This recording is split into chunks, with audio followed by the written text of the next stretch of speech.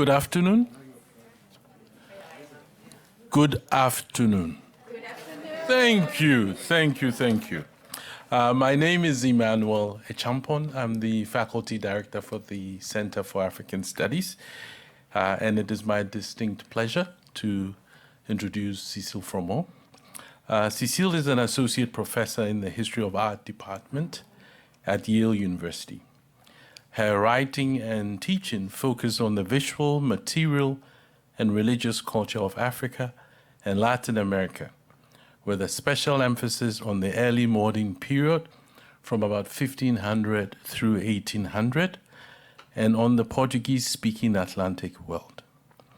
Her first book, The Art of Conversion, Christian Visual Culture in the Kingdom of Congo, was published in 2014 by the University of North Carolina Press for the Omohundro Institute for Early American History. It received many awards. The 2017 Arts Council of the African Studies Association Triennial Arnold Rubin Outstanding Book Award. It was named the 2015 American Academy of Religion Best First Book in the History of Religions, and many other awards.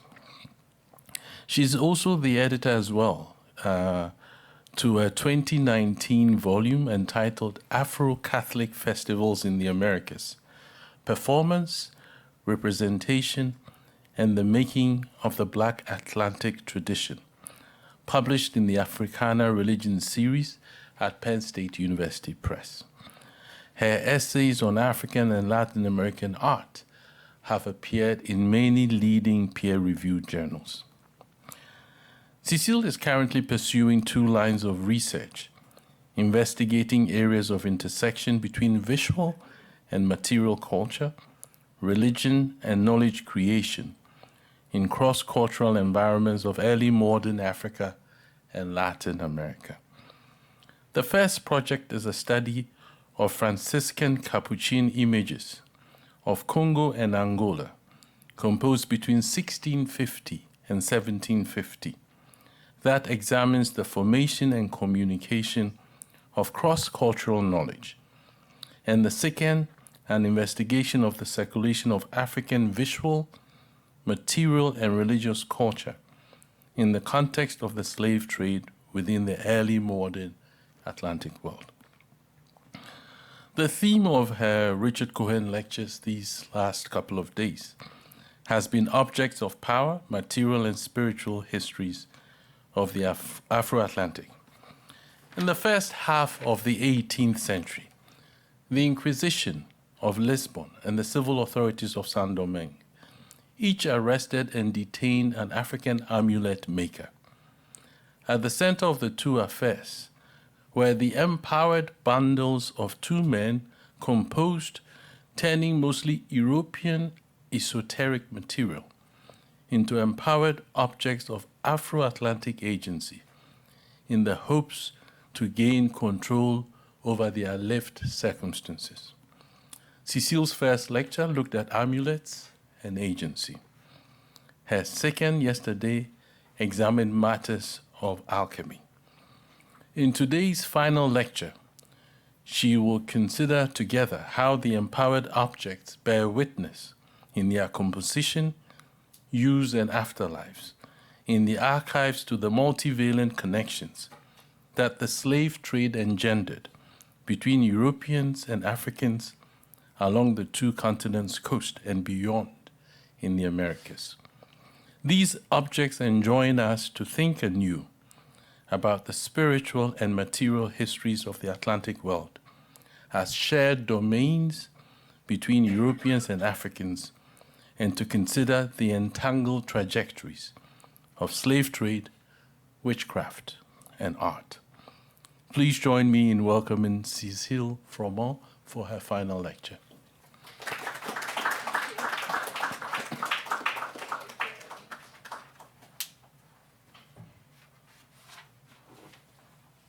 Thank you very much.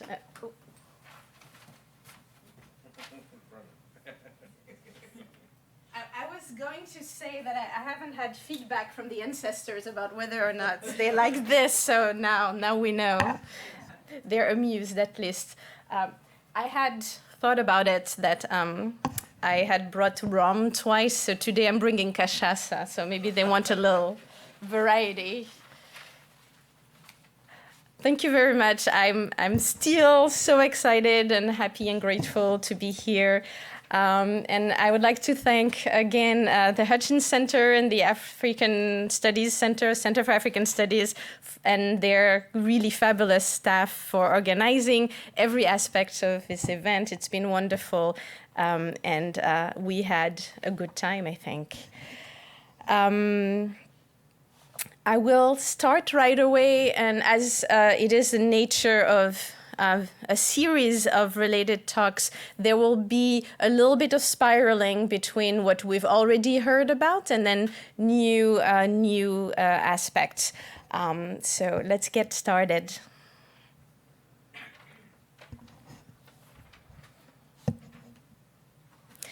So in our time together over the last 2 days, we have followed two men, in particular, François Makandal and José Francisco Pereira, who traversed in the course of their turbulent lives the many cross-currents of the 18th century Atlantic world.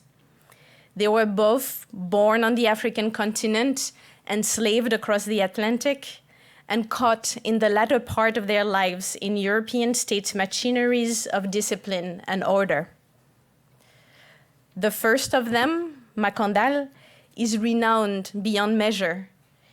He is as much a legend as a man for his spectacular resistance while enslaved, then a maroon on the Caribbean island of Saint-Domingue. He began his life in Central Africa, as historians have recently argued, and as, in my opinion, the historical documentation demonstrates. He was once a captain and a man of some importance in his homeland, and then became a chattel slave in the sugar-producing island we know today as Haiti, where mills crushed sugarcane and plantation slavery crushed people to produce sugar loaves that made fortunes in Ancien Régime France. Destined to a life blurring the literal and the metaphorical, Makandal was literally crushed in the rollers of a sugar mill in a chillingly commonplace accident that cost him one hand, but saw him cheat death. His hand had been caught in the mill while feeding the canes in the machine, but was cut in time to prevent the cogs from devouring him whole. He would later sever himself altogether from the gears of plantation slavery, choosing marronnage over the quell of servitude in the 1740s. For the next 2 decades, he moved freely at the edge of plantations, gaining a large following as a ritual specialist and political leader, as we learn from the inquest that followed his arrest for conspiracy and use of poison in 1758. Swiftly condemned to burn at the stake in the public square, he met not death, but apotheosis as he escaped the pyre and entered into legend. Makandal sauvé, the crowd cheered as he jumped out of the flames. Makandal escaped. According to the French judicial record, officials immediately corrected the botched execution, recaptured the condemned, and burned him to ashes. But in Haiti, in the Caribbean, and well beyond, everybody knows that Makandal was never killed, but turned into a fly and buzzed away. And this is a portrait of Makandal by Édouard Duval-Carrier.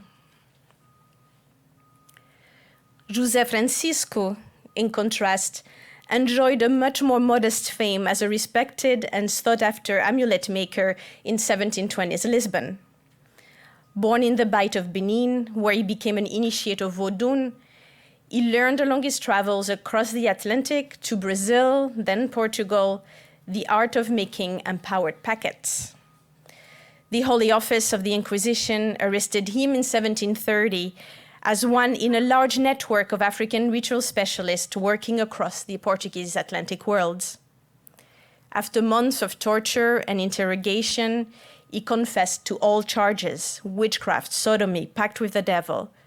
And the religious tribunal condemned him to a public confession, flogging, 5 years of forced labor, and to wear for the rest of his life the hat and tunic of those the Holy Office condemned.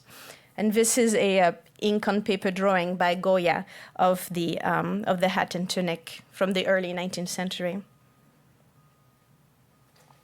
He disappeared quietly from the documentary record after his release from forced labor.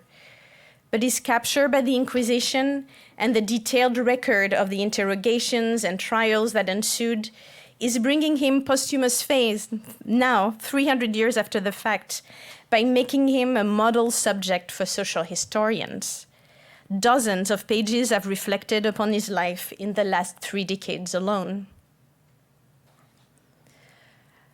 Makandal and José Francisco were contemporaries, and their lives followed parallel itineraries of African youth, capture, transoceanic journeys, enslavement, and cunning, steely resolve to seek and mobilize the means to exert power over their life.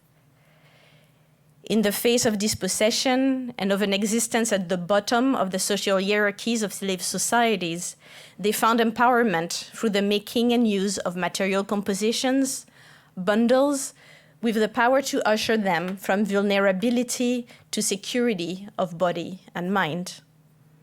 They combined, tied, knotted, and enclosed scraps of European spiritual and esoteric trappings into new objects of Afro-Atlantic agency.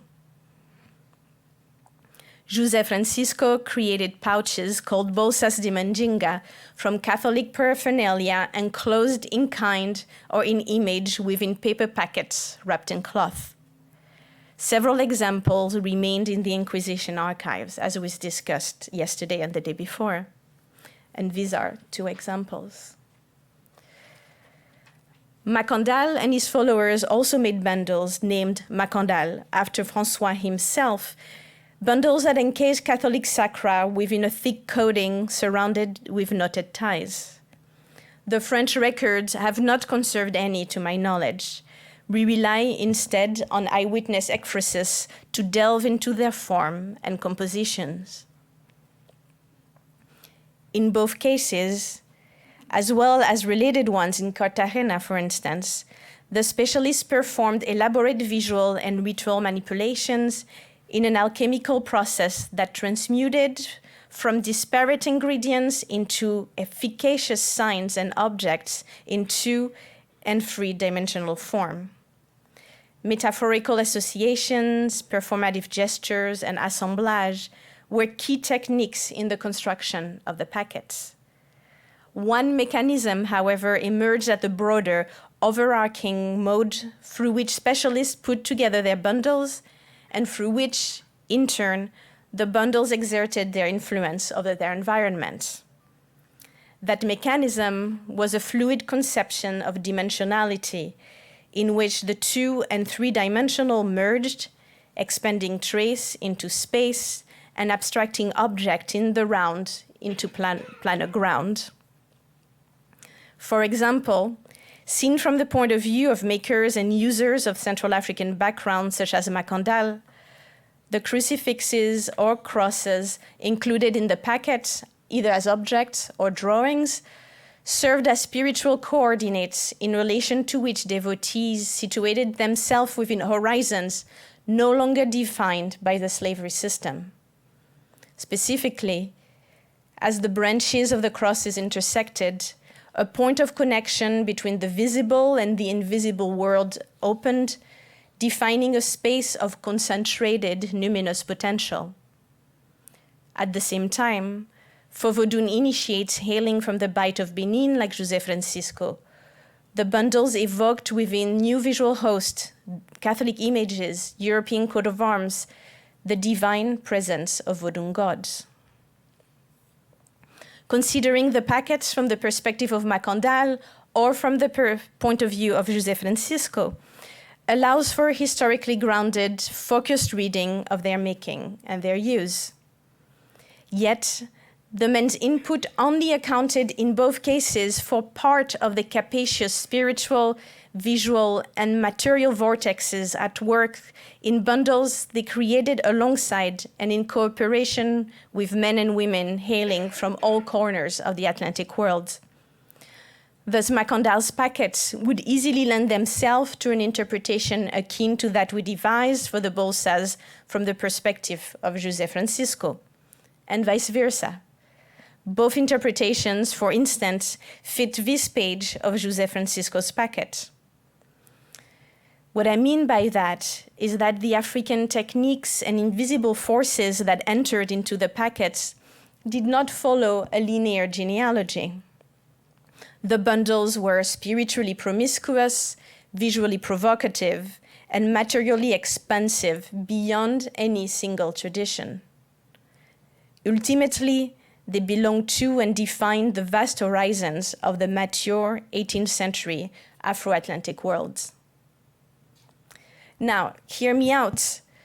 The domain of the Afro-Atlantic bundles did not confine itself either to Africans and their descendants living in Europe and the Americas. It also extended to Europeans.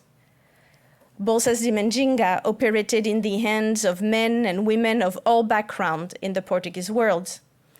Makandal's powers awed all the inhabitants of Saint-Domingue, from the enslaved to plantation owners. The realm over which Afro-Atlantic bundles reigned did not have strict frontiers. On the contrary, the packets bound together the hopes of the enslaved to gain control over their lives and European anxieties over slave agency. The reaction of French and Portuguese administrative machineries of punishment and the archives it created speak volume of the expansive sway the bundles held over the Atlantic world. Authorities seized bolsas and Makandal, dissected their contents, arrested their makers.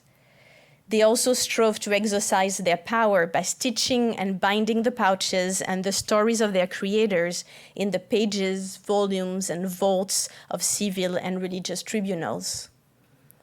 As for their makers, the punishment was spiritually charged, burning at the stake or public confessions, auto da fé, and amende honorable. And on the left here are bundles in the Portuguese Inquisition archive, and this volume here is the volume in the French archive that holds the story of Makandal. As this reaction began to demonstrate, the Afro-Atlantic objects stretched the perimeter of Europe's numinous. Observers or active participants in the realm of Mandinga and Makandal, Europeans not only recognized the packets as efficacious, but understood their singular might as novel and bound to the context of the movement of African men and women from one continent to the next. Descriptive terms applied to the pouches and attempted to frame them within European intellectual history, either as vain superstition or inane trifles, or else as amulets and devil-inspired magic or witchcraft. Only neologisms, however, could properly describe the nature of their powers and the form of their action. In Saint-Domingue, the term Makandal and Makandalisme express the workings of packets the like of those François Makandal masterminded. In the Lusophone world, the phrase Bolsa de Mandinga appeared in the late 17th century as the name for pouches holding specific Mandinga efficacy and crafted by Mandingueiros.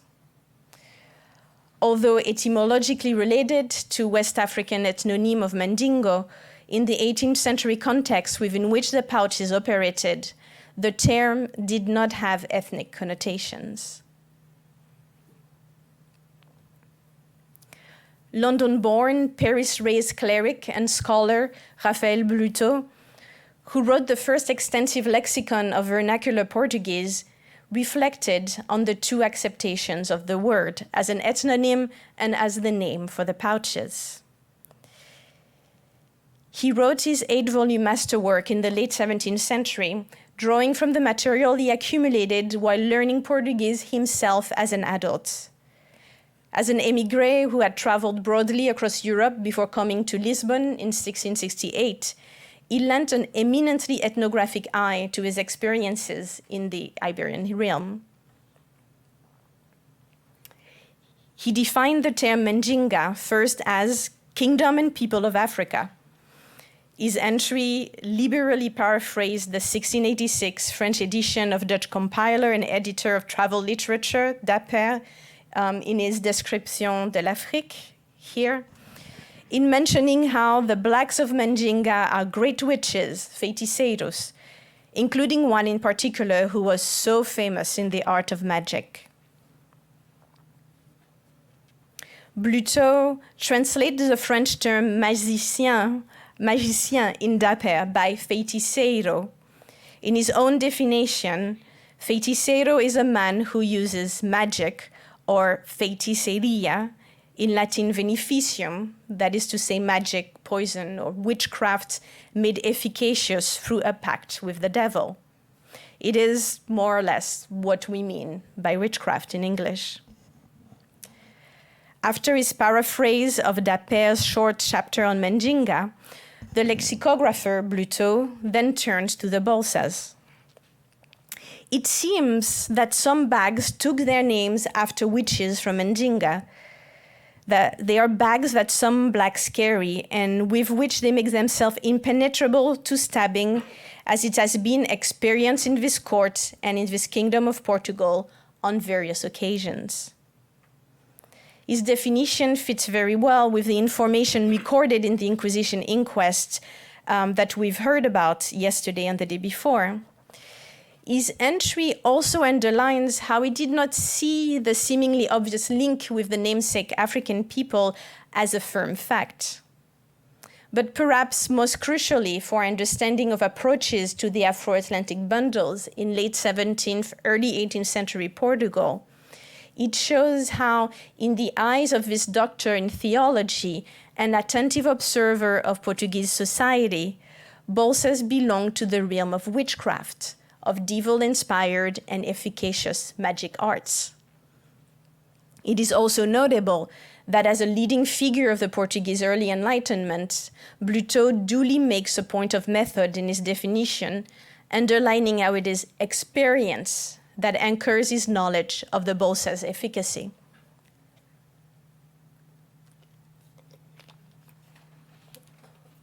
Despite the homonymy, the feiticeiros, or witches, in his definition of the bolsas, are not makers or users of object with the like-sounding name of fetish. The term had emerged within the space of interaction between Europeans and Africans on the eastern Atlantic shores, first as a pidgin form of the Portuguese term for magic thing, feitiço, and that was in the 15th and 16th century. By the end of the 17th century, it had gained prominence in Northern European travelogues where it relayed authors' consistently negative interpretation of the objects they heard Africans called fetish, either for the sake of the foreigners' ears or as a term that had by then deep local roots after centuries of use. In these writings in French or Dutch, fetish had drifted away from feitiços, meaning as object of devil-inspired magic. And here's a manuscript page from Huguenot Jean Barbeau, a French Protestant who's a contemporary of Bluteau and is commenting on this kind of object. And he's here talking about feiticeros, une figure de fétiche, and using that term in that new sense. Bluteau was well aware that fetish and feitiço were very much false friends. He recorded several definitions and etymology for feitiço, arguing that they were homonyms rather than exactly the same word.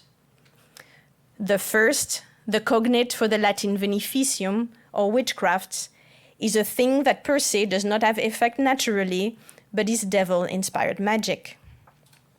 A priest, Bluteau also pushed back at this point, and I quote him, against the stubbornness of certain incredulous people or atheists who, because they do not concede that there is a God in the world, deny that there are demons, and by consequence do not admit that there are magic things, fetissus. Again, as an enlightened intellectual, he continues in a statement of method. We have proof and certainty that they, that is to say the magic things, that they exist from reason, from experience, and from Holy Scripture. The second definition touches on the adjective fetissu, meaning something not natural but artfully created or fake, factitious. A third homonym takes fetissu metaphorically as a thing that delights the senses and that, in a way, bewitches. I am of the opinion, he continues, that this acceptation derived from the antiquated French word fétis, meaning pretty. Finally, and rather oddly, he adds, or, and here, or fetisso, and I quote a translation here, or fetisso derives from fetish, the name that people of Guinea in Africa give to their idols, whom they adore. There is a fetish in each province, and each family has its own fetish. This can be a bird, a tree, a monkey's head, or something similar.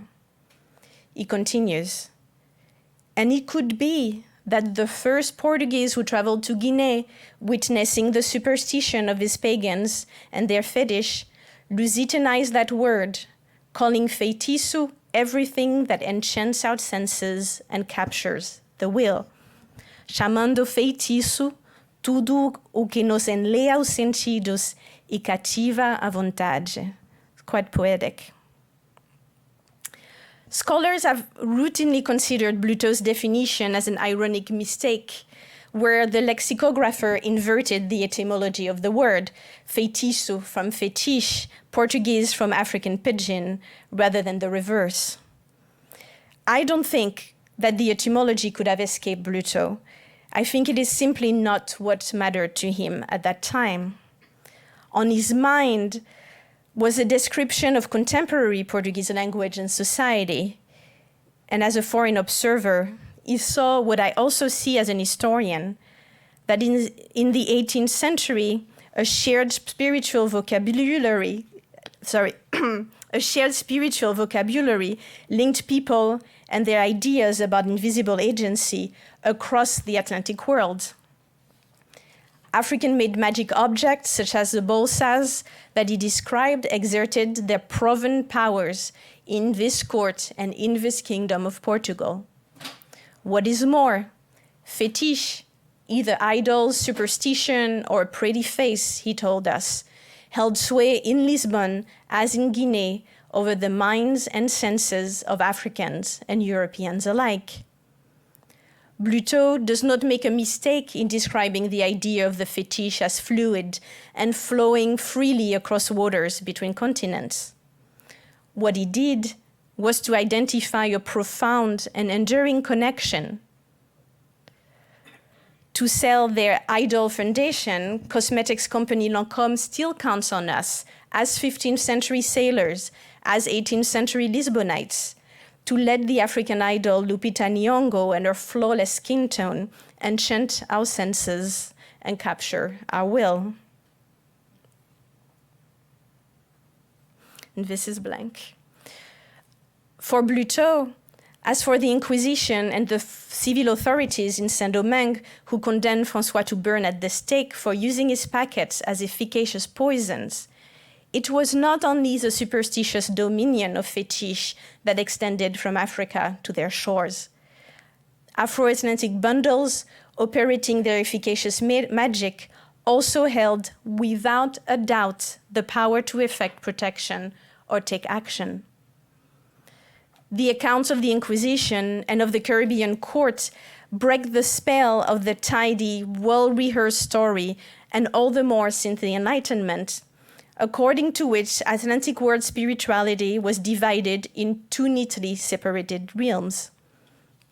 In this view, on the one hand, Africans and their descendants in Europe and the Americas used material instruments they believed could influence the course of their life. On the other hand, skeptical Europeans saw these objects as vain and their holders as irrational. The hinge between the two, the concept of fetish. Once a pidgin word that facilitated exchange, then the fulcrum of increasingly negative and exploitative European discourses about and attitudes towards Africa and Africans.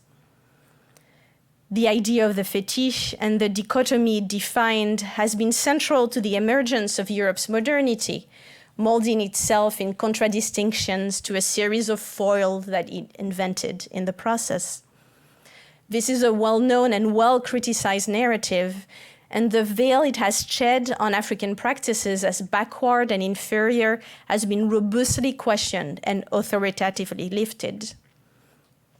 But another shroud has proved more persistent, obscuring the nature of the relationship between Europeans and Africans before and outside of modernity's, after all, quite narrow path. The Afro-Atlantic bundles and their receptions by the like of Courtin and Bluteau sketch a broader story of interaction and exchange between the two continents.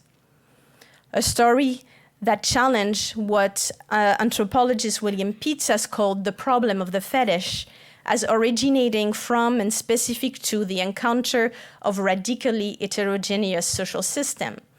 That is to say, the idea that African and European values, subjectivities, and relation to the supernatural were fundamentally divergent.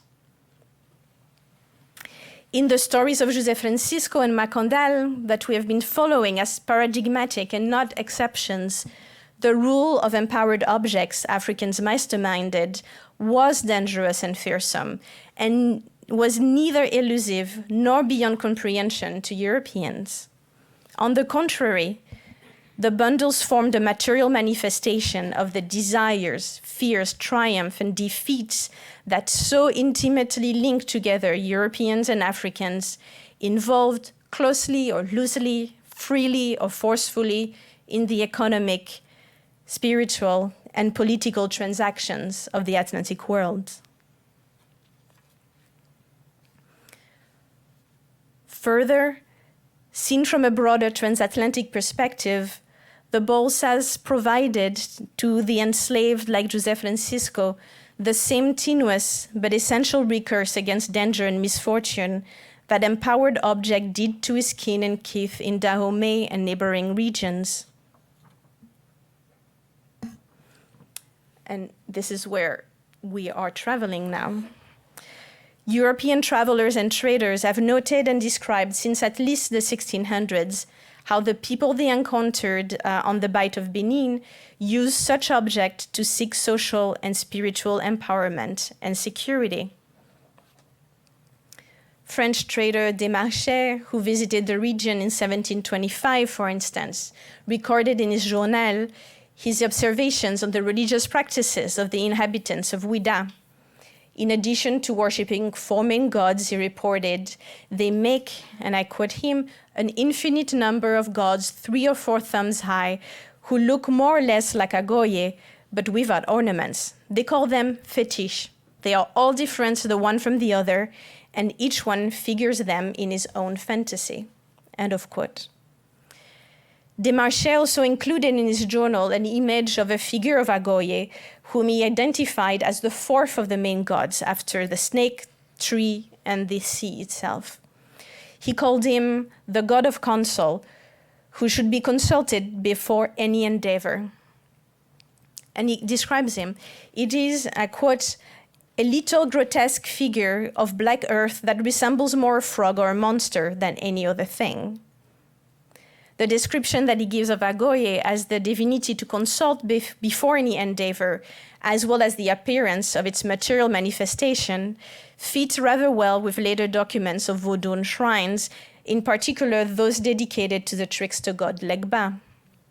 Desmarchais saw a link between Agoye and smaller figures resembling it in a parallel connection to that made clear in fond oral tradition between Legba and a category of invisible forces and their material manifestations called Bo.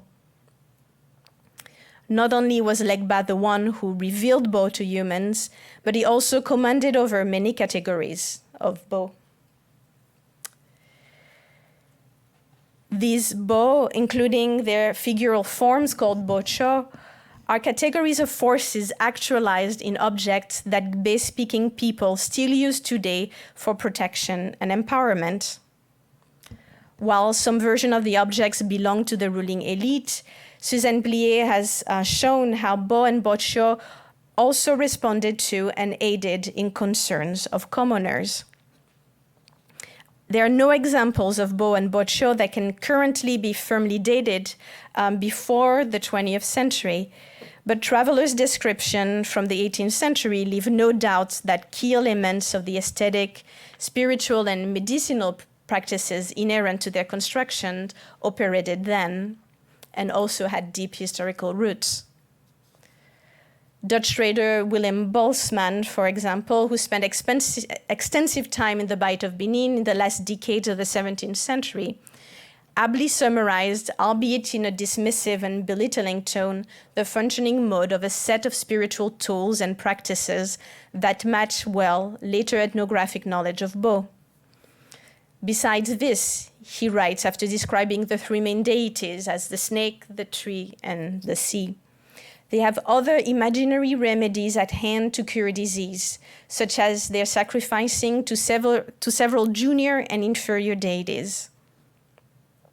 Bosman, as Desmarchais, also commented on the material manifestations of Bo and Bocho. They noted the makeup of what they called fetish, through an accumulation of different types of material, including earthen elements and others looking to them like detritus or excrements, that together created visually striking and discordant outward appearances. They also often remarked on their ubiquitous presence in the landscape and on their links to modest members of society. A print published in 1875 in the missionary journal L'Émission Catholique shows such a set of objects. Among them, to the right of the palm, is a Bo, a bundle of ingredients prominently featuring a bird's beak and tightly held together with thin ropes. Tying and binding are key here. They are culturally significant operations in the region, used, for instance, as reported by Desmarchais in the Kingdom of Fétou, west of Ouida, to assuage bodily ailments. Ties, he wrote, are among them almost universal remedies. Similar processes of material and visual accumulation, transformation, and binding linked the Bolsas and Makandal to objects such as Bo, also produced elsewhere on the African continent Atlantic coast. The parallel was not only formal, but also at the level of the psychological catharsis that gestures of piercing, binding, knotting, as well as material accumulation and inversion may have offered. Analogous creation process and goals, for instance, also strikingly underlie the empowered packets of the people of West Central Africa, from the Luango coast to Congo, Angola, and their interiors, the main region of origins of enslaved men and women in the early modern period.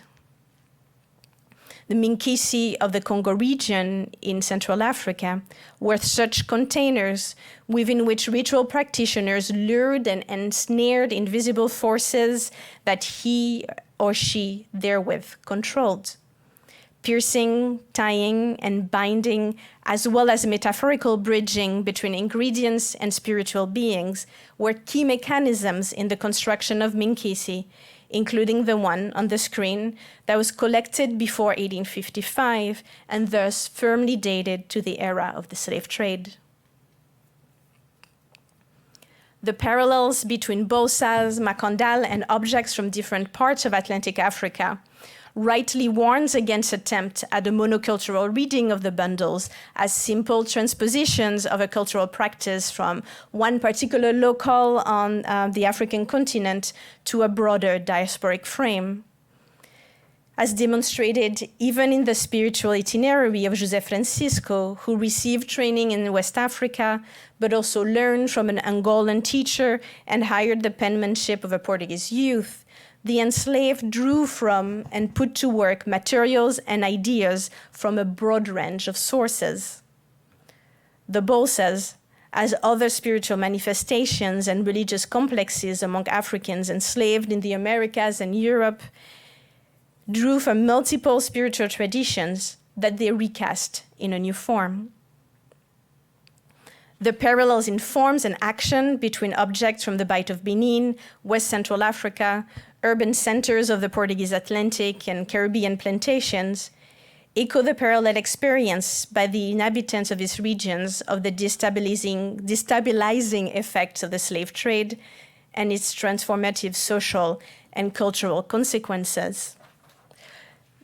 This type of maps that we have seen before is very useful in visualizing that flow of people and objects and spiritual practices in a common beaker of the slave trade. And we've been looking in particular at West Central Africa and the Bight of Benin and see how it comes together to go to Saint-Domingue, to Brazil, and to a lesser extent to Europe also.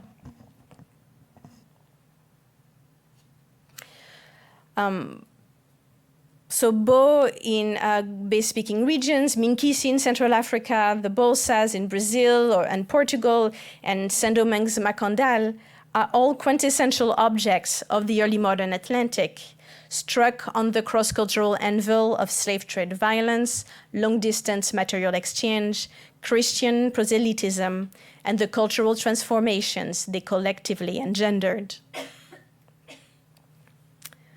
Bo from West Africa and Minkisi from the Congo, and especially their anthropomorphic versions, are two categories of objects at the core of the canon of African art history. They are both considered among the most authentic examples of African visual expression. Yet they are seldom approached historically as the product of Africa's interactions with the broader world. Instead, they are presumed to originate in a distant Africa, still too often presented as the untouched heart of darkness. This view from the stark, really theatrical scenography of the immensely successful exhibition of Dahomey and Bo and related empowered figures at the Cartier Foundation for Contemporary Art in Paris in 2011 speak volume in this regard.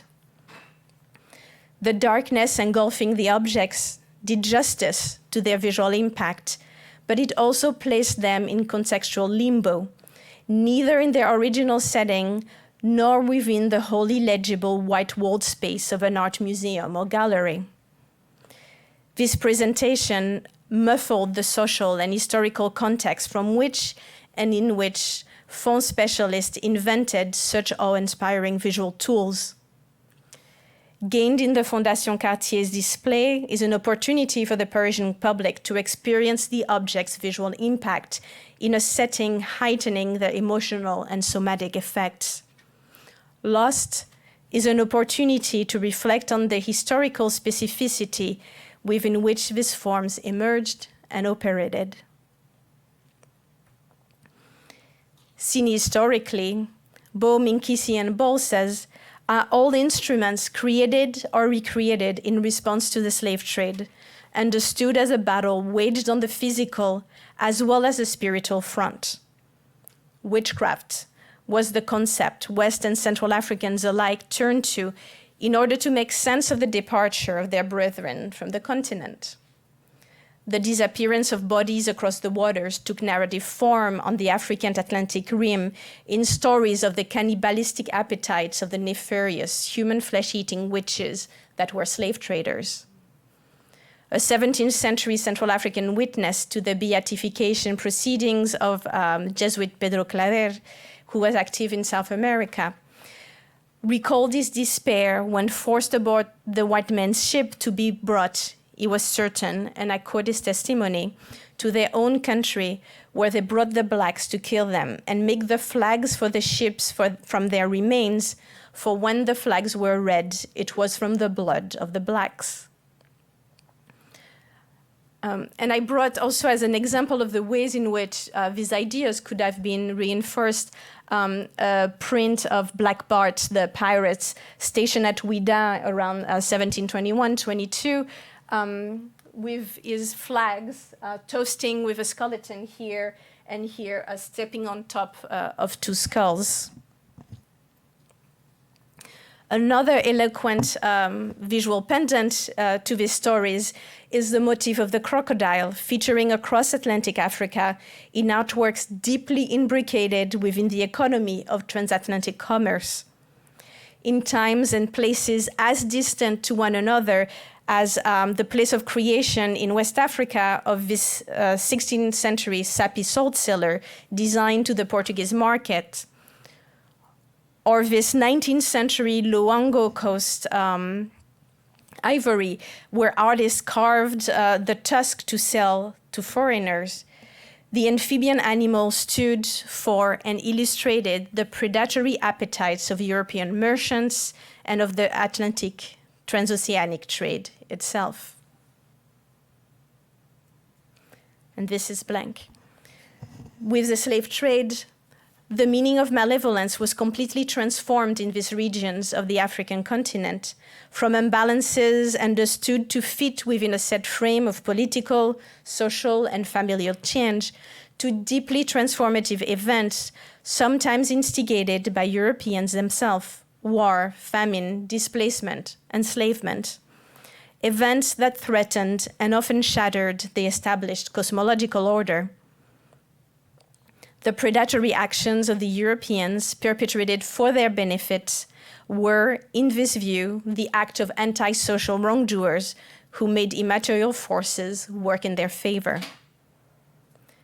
Under the same circumstances, in the same period, Europeans turned to the notion of witchcraft in close conjunction to that of fetish, coined in the same historical and geographic context, to approach African religious practices. The terms frame the rituals and objects Europeans observed on African coast, first as inspired by the devil, and later as irrational and lacking in sophistication. As European intellectuals and political elites turned away from witchcraft as an approach to individual agency, its ascription to Africa gained more and more ideological weight.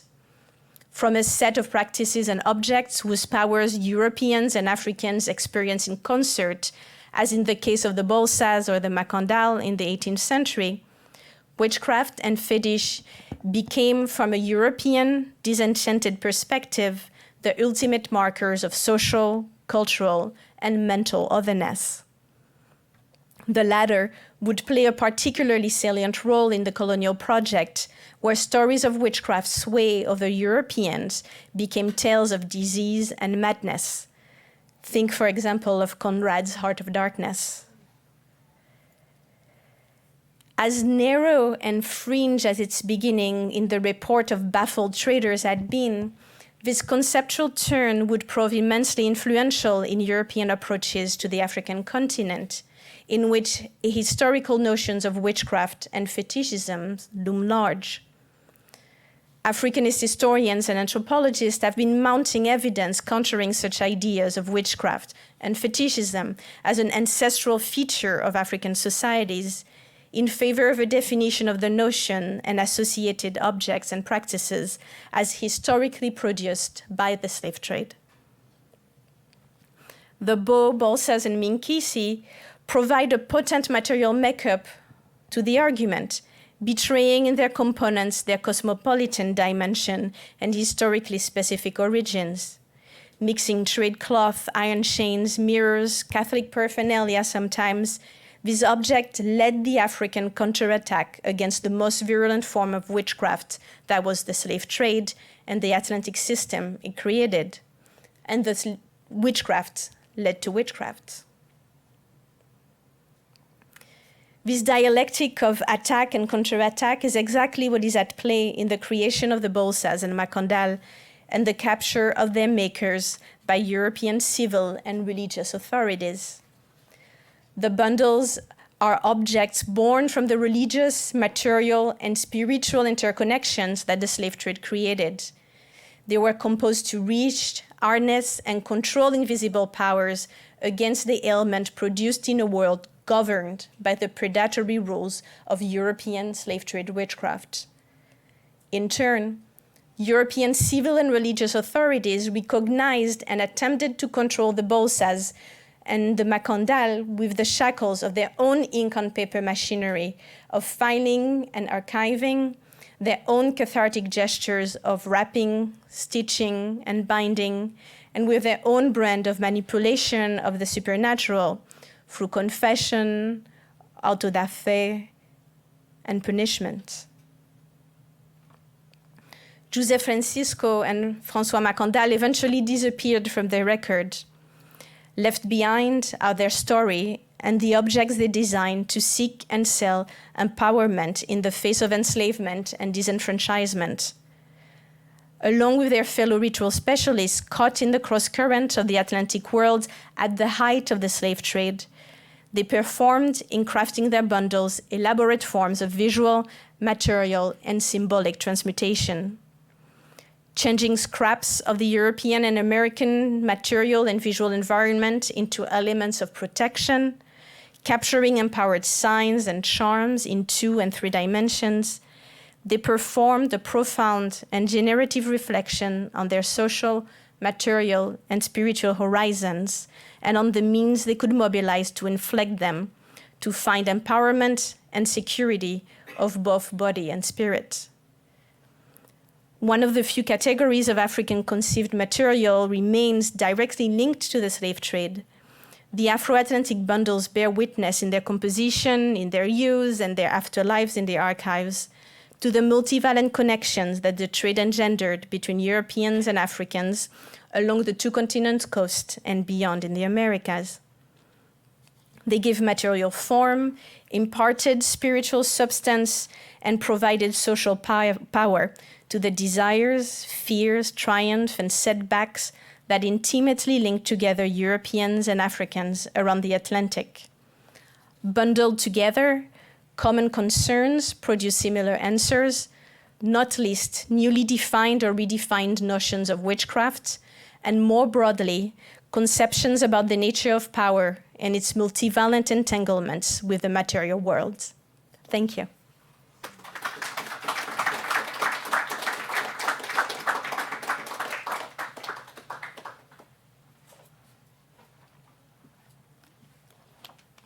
Thank you. Any questions? And I think Matt has the mics coming.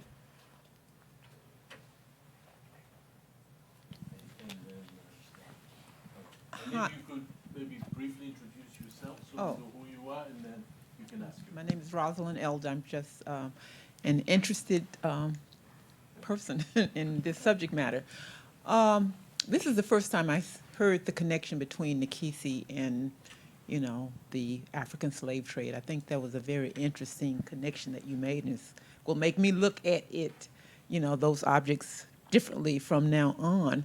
But my question is, my first degree was in art history, and, we studied about Picasso being influenced by, African sculpture.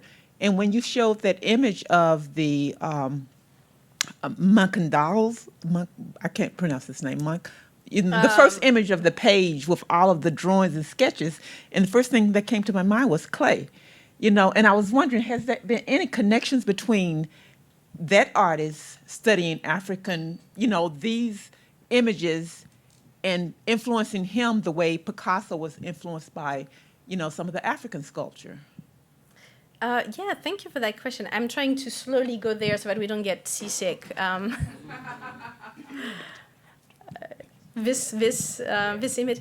Yeah, I don't think that specifically there could be a connection there because the 2 moments are really separated by a few hundred years, and these documents were not circulating at the time in a way that we could imagine Clay would have seen it. But your observation, does fit to some extent with my argument that, ultimately, it is all related in that African and European realms really are overlapping and constructing each other in profound ways, so that we can imagine that Clay would have been interested in this kinds of design and would have understood it in a way that would be, you know, profoundly stimulating to him for a range of reasons. Thank you. Toby? Yes, this is the third lecture I've attended, and it's finally falling into place for me. When I first arrived, I was rather confused because I'm certainly have a blank where art history should have been studied, and for instance, you're standing in front of the very artifact that I have been thinking about, where I see some influence of Freemasonry. And one thing that was just mentioned in passing in your first lecture, I think, was the fact that the Portuguese also, the Portuguese slave traders also included Jews who were also crypto and who were also, in my efforts to find a parallel to the Bolsas, were raised using tefillin, which is also a garment put around the forehead containing this kind of powerful, empowering literature that intercedes for them with a higher power. And I've just wondered if you've thought about the relationship, the possibility that tefillin entered into the inspiration for Bolsas. Yes, thank you. There is really interesting scholarship on the presence and activities of Portuguese Jews in West Africa from early on.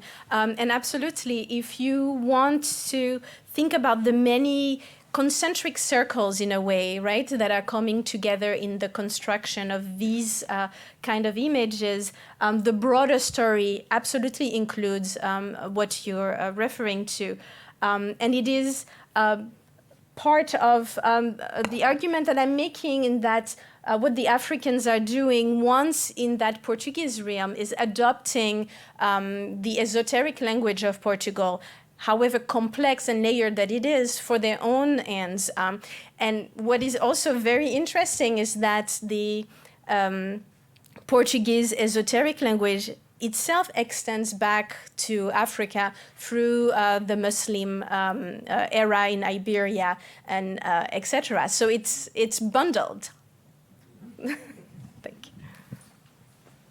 Please introduce yourself. Yeah. Hi, my name is Rolando Lopez, and I'm also interested in this material for many, many reasons.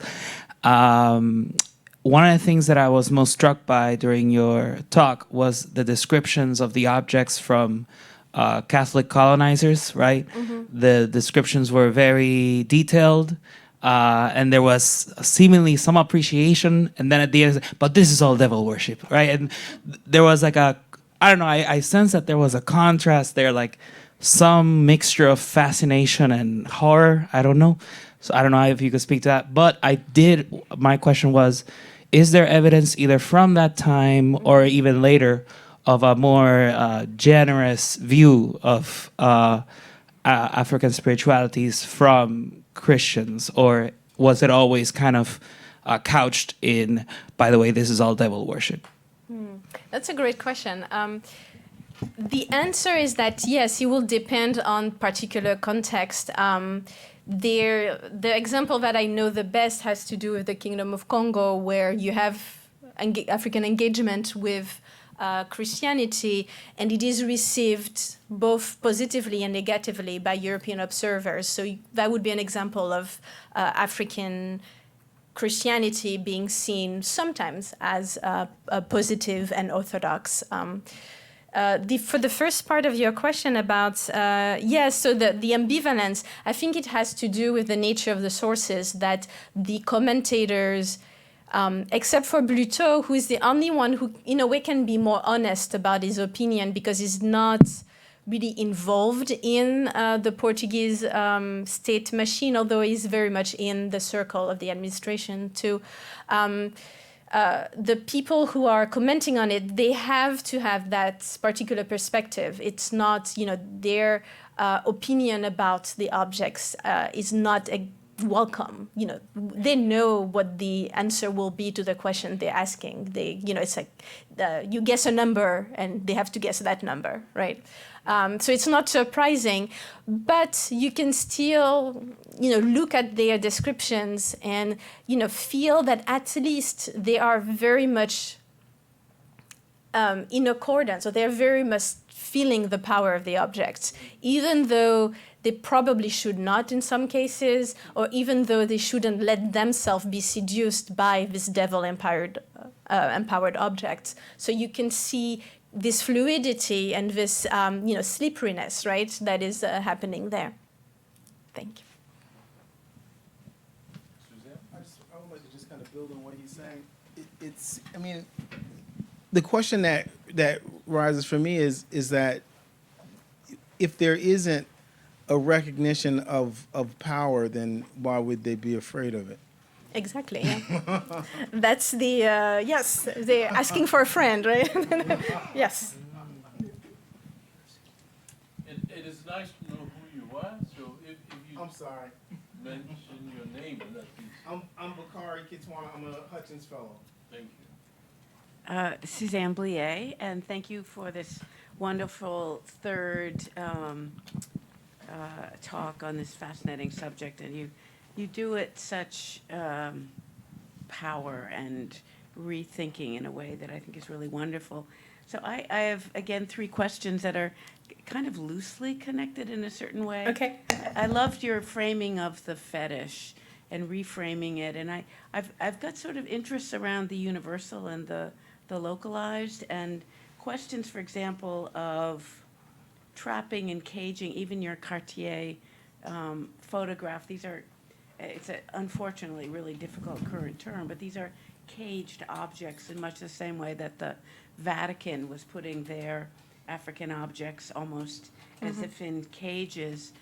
And I think not only from fear, but also from the larger idea of the transformational qualities of these. And I'm wondering to what extent this idea of entrapment and faking and the pretty face, of course, it's a universal. So we've got that dimension. And then you've got the very specific localized, and what you're doing is sort of broadening it out with the regional and the period specific, for lack of a better word. But as I was thinking about your dates, I'm thinking about 1700 to 1730 is the high point of piracy. After that, European nations finally said, okay, that's it. We're not benefiting materially from this. It's too much of a pain in the neck. But piracy is another form of witchcraft in a way. It's theft of property from somebody else to benefit oneself. So I'm wondering if that also might go into the kind of vocabulary that you're talking about.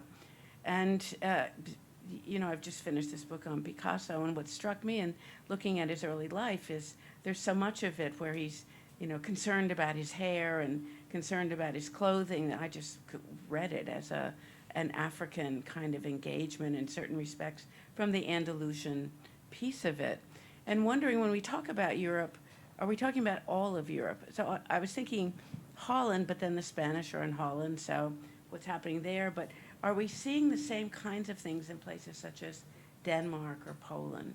And how much of this do you think is an earlier cross-currency through the trans-Saharan, trans-Mediterranean slave trade and conquest that is kind of reifying these close ties? And how much of this is something universal, and how much of this is sort of narrowly and more broadly localized? I agree it's an impossible question, but you present things in such a way that makes one really think about the boundaries of these kinds of issues. Yes, thank you. To start at the end, in a way that's the reason why I looped into the story, the Saint-Domingue and the French, because it kind of puts me outside of the Iberian realm, which is much more connected in the deep past with the African continents in ways that, in particular for esoteric material, can do things and have connections that are already set up there. In the French case, it's different. It's not there. And so it's striking that the language is still very much similar there. Although, of course, the connection is that France is also Catholic. So there is a language of Catholicism that is playing out there. And you do find something strikingly different in the Protestant commentaries, but it is different within a kind of a binary opposition. So it is still using the same terms and playing on the same playing field, but the number that they're guessing is a slightly different number in a way. And so they are arriving to a different solution there. The idea of piracy is, I think it's very interesting, and it's definitely a rabbit hole that I have not let myself fall into quite yet. But it's very much playing with the same categories of idea about the monopoly of power, its challenges, the ways in which social relations are recreated, right, and that in a way that is challenging the empires, but also kind of allowing them to answer and then reassert themselves even more efficiently afterwards. So the parallel there could be very interesting. Yeah. Great. Thank you. When there's a lull, I can always ask a question. Okay, so thank you again for 3 wonderful lectures. As I listen to you, especially when you sort of talk about Minkisi and Bo, Balsas, and then you sort of began to reflect on Wither and its 4 deities, the snake, the sea, the tree, Agoye. I began to think about this period of the transatlantic slave trade and the proliferation of mobile deities. There's a sense in which, nature deities used to be very important. And then came this period of insecurity. And this is when we begin to see a category of deities that we call war deities in the Gold Coast, on the Slave Coast. And for the first time, unlike nature deities that seem to be fixed, war deities were mobile, and traders and warriors and even slaves would seek protective amulets and things like that. So I am fascinated by this sense that spiritual power and deities were mobile, and how it begins even in Africa in the context of the slave trade before their transport to the Americas. They're also coming from religiously plural societies where power is multi-centered. So people have always believed that this from here, that from there. So when you talk about the stitching and the binding, my mind goes to many things. I see it in Islamic talismans. I see. So there's a sense in which they come with all this in their kind of skills, in their stock of trade. All this comes over. So they look in the Americas, and there are these Catholic things. There are all these objects that, for minds that are thinking from religiously plural mindsets, you can incorporate all these elements of power and stitch and bind them, and they become even more potent.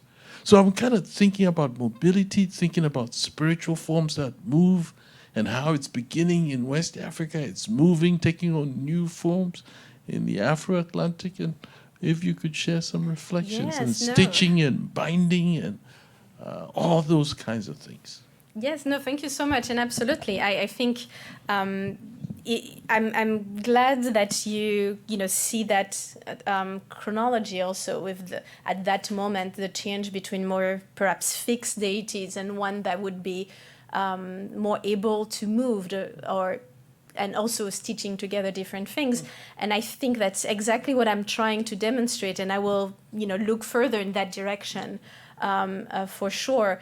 That the whole construction of this moment of great assault on the societies and their ways of organization, in part because of the slave trade and then the ripples that it has in many ways on the 3 continents, right? So absolutely, that would be the direction in which I'm going. Yes, thank you. Yes. Yes, my name is Ramona. I'm an artist and independent researcher, and we all bring something to our research, and so I'm thinking of your roots in the Caribbean, French Caribbean, and although there, are still plenty of all sorts of things that will remind one of Africa. And I don't know, maybe you guys have found out what area of Africa, most people, most Martinicans, came from. So what of that, of your, childhood and growing up there, helped you in this research? Thank you.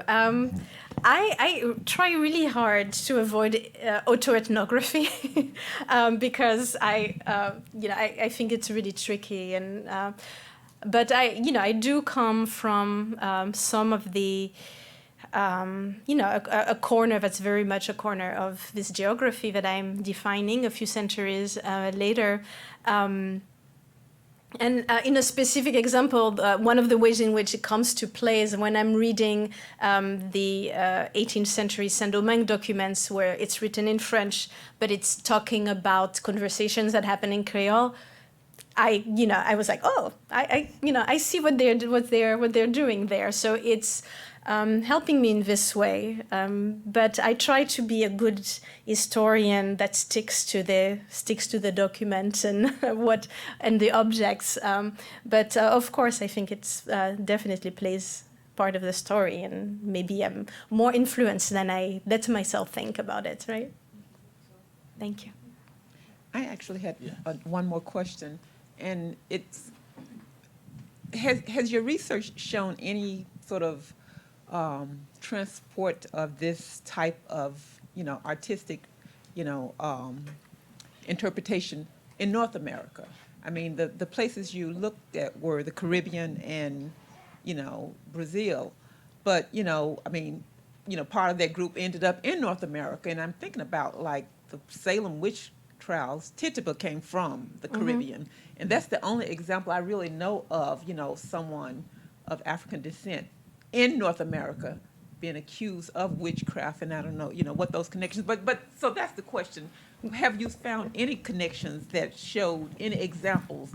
And and I guess I'm thinking in terms of there was an African American furniture designer from I guess the 1800s. His name was Thomas Day, and if you look at some of his furniture designs, they have very strong African features in them. So there is that heritage of people reaching back to their heritage. So have there been any examples that you've seen in North America? Yes, thank you. I think, again, it takes part in those concentric circles, and absolutely the same story that we see in Saint-Domingue, in Brazil, and in Colombia, which are the 3 examples that I brought up today, is playing out in what is today the United States with conjure, and some of the descriptions of the bags are that are used in the complex of conjure have the same types of elements with the sacra, the prayers, etc. So it's really very much related, and that's what I hope to demonstrate in a way that we can switch our geography to think about the area and the time period defined by this cross-current of the slave trade as the area on which we concentrate our scholarship. And in this case, the Americas and Europe and the African Atlantic coast are really not only connected, but are really part of the same space that logically we would see some of the same expressions come out of. Yes, thank you. Kitlen Celestin, comparative philosopher. Thank you, Cécile. Beautiful presentation, all three of them. I want to ask you a question as a historian and an art historian. When did the image of divinity change from dark to light? Because generally when we look at religion and gods in various cultures, it is always that the image of the most holy of holies, it's always dark. But then we have this change that goes about where we see it as a white Jesus and various white figures of divinity. When did that change occur? In what context? Well, look at the French Catholic context, perhaps. Let's look at there. Yeah, well, I'm not a historian of French Catholicism, right? Just imagery. But yeah, for the imagery, I think there is a certain overemphasis, right, that we have now for sure on a particular imagery of Christianity and Jesus in particular. That's actually not that deep historically, and that comes with the story of U.S. evangelism, but that's been so successful in becoming the Coca-Cola Santa Claus image of Christianity that it's actually hard to look beyond that. And I agree with you in that regards that there are so many different templates, and it's worth looking around and before these images to get a better sense of the ways that divinity is represented. And then the other answer is that it varies, very quickly from one context to the other, and very locally from one locale to the other, all over the history of even Western Christianity. So that's really a question about, where and when you're looking, and among which group within a particular place and time. Yeah, thank you. Two final lectures. Catherine, will you ask the question too? Okay. One, two, three, and then I hear the wine is ready. So we'll start with you, and then we'll Hello. I'm Julian Bonder. I'm an architect. I designed the memorial to the abolition of slavery in France, and these two lectures that I attended, I couldn't attend the first one, were fascinating. And I'd like to ask you perhaps to speculate a little bit on a couple of things that I heard, and I cannot help my own mind going to space, and you talked about the space of the Atlantic, you talk about the space of, those public spaces in which those, the kind of, the burning or the stake, were kind of these public official manifestations, that happen in public spaces.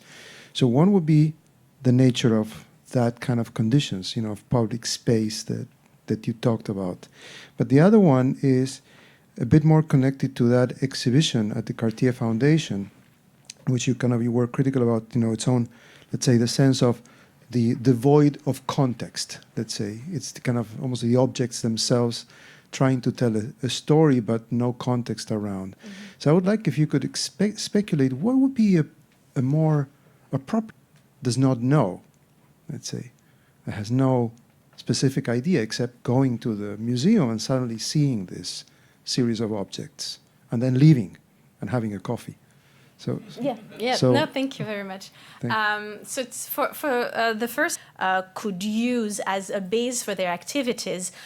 So it's often related, the making of the bundles, the selling of the bundles, the collecting of the ingredients are often related to the public space, which of course in theory is the space that the state and the church should particularly control, right? And there is all sorts of ways in which they're attempting to control it with curfews and also kind of the monumental framing of the spaces with crosses or pillories or churches, etc. So that irony is absolutely there, and it comes to a head with the execution of the amulet makers that are supposed to be exemplary, but they're also exemplary demonstration of their powers, right? Or the fact that José Francisco, for example, is wearing the hat and tunic, which I imagine maybe didn't hurt his business of selling amulets and showing how efficacious they were, because he had the Inquisition stamp, right, on it, that they were actually. So yes, that's a great way to think about it. For the second question about the museum displays, I mean, what I found really striking with that particular exhibition, which was, it was so striking in the display, and the emphasis on the exhibition of the objects was really explicit. And part of the project there was to show the African objects, but part of the project also was to give the opportunity to an Italian designer to come with a solution to show these objects. So it was both an exhibition of the Italian designer and the Bo and Boccio. And because of that, the presentation ended up being quite radical. And it is, this room is downstairs, so you would go downstairs. I don't know if you visited the exhibition, right? And it's, these objects were floating at very much eye level, like this. And there is no labels whatsoever, for example, right?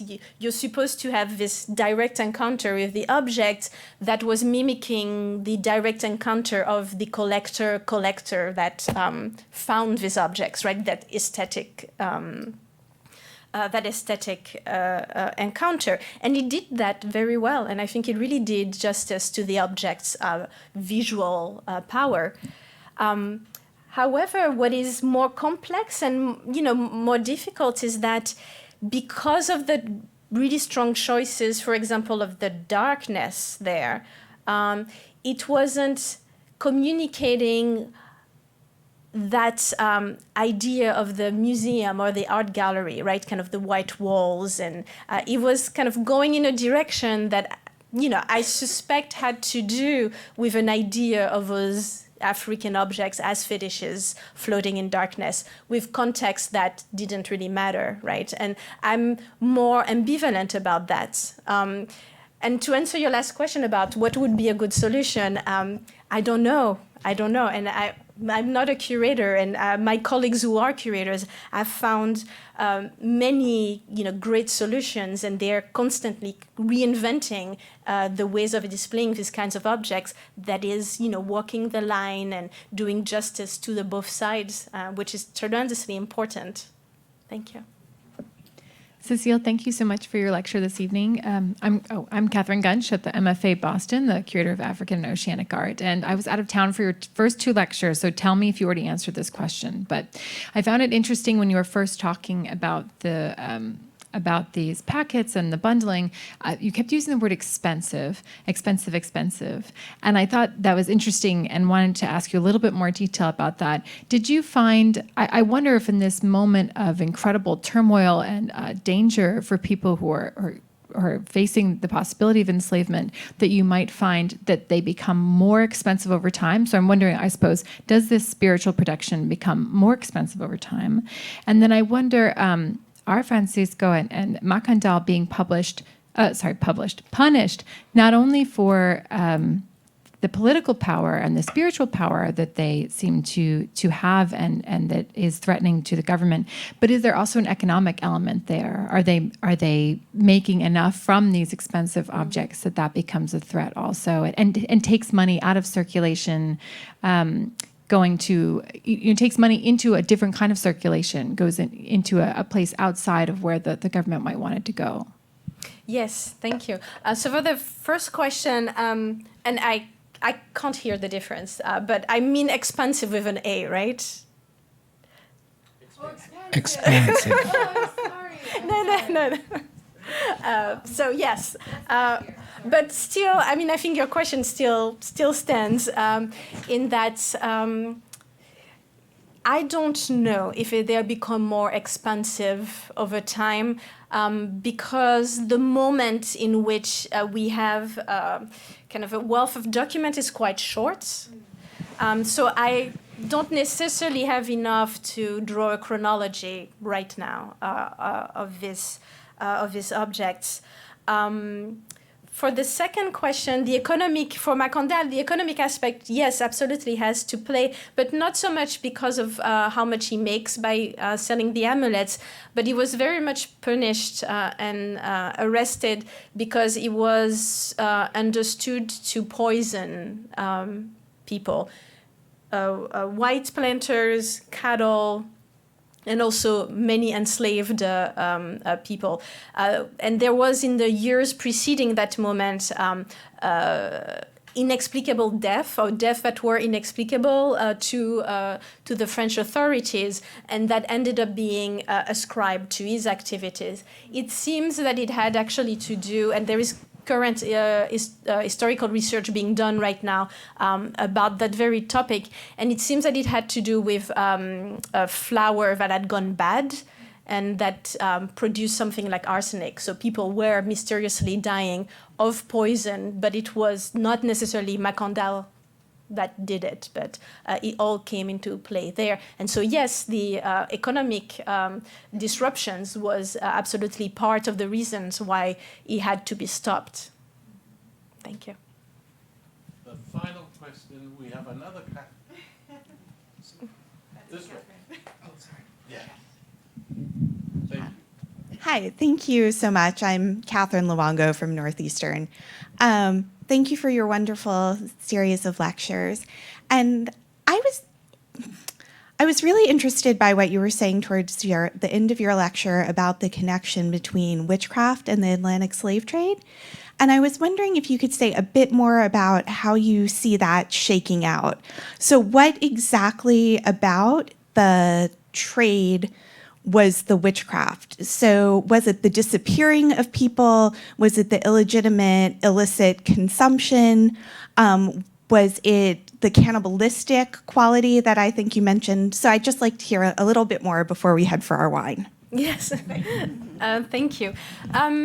Yes, all of the above, but in particular, that perception that the European merchants were acting for their own benefit in a way that obviously was detrimental to a broader range of people, be it, of course, the Africans with whom they dealt, but also, I think, having to do with the fierce competition in between the slave traders that would be in a particular local at the same time, and that would be, backstabbing each other in a way that did not make sense other than having individuals pursuing their own profit to the detriment of everybody else. And that definition, I think, was really powerful in the perception of these mercantile activities that were not difficult to understand, made perfect sense, but their sinister aspects seem to be sinister in so many layers that witchcraft ended up being the ways to understand all of these antisocial behaviors that were associated with the traffic. Thank you. So in the last 3 days, we've been treated to 3 fascinating lectures examining material objects and spiritual power in the Afro-Atlantic. Please join me in thanking Cécile for delivering this year's Cohen lecture. Thank you. And there is a reception. So at the end of the hallway and to your left, we have all kinds of good things to eat and some very good wine. So please join us for our reception. Thank you.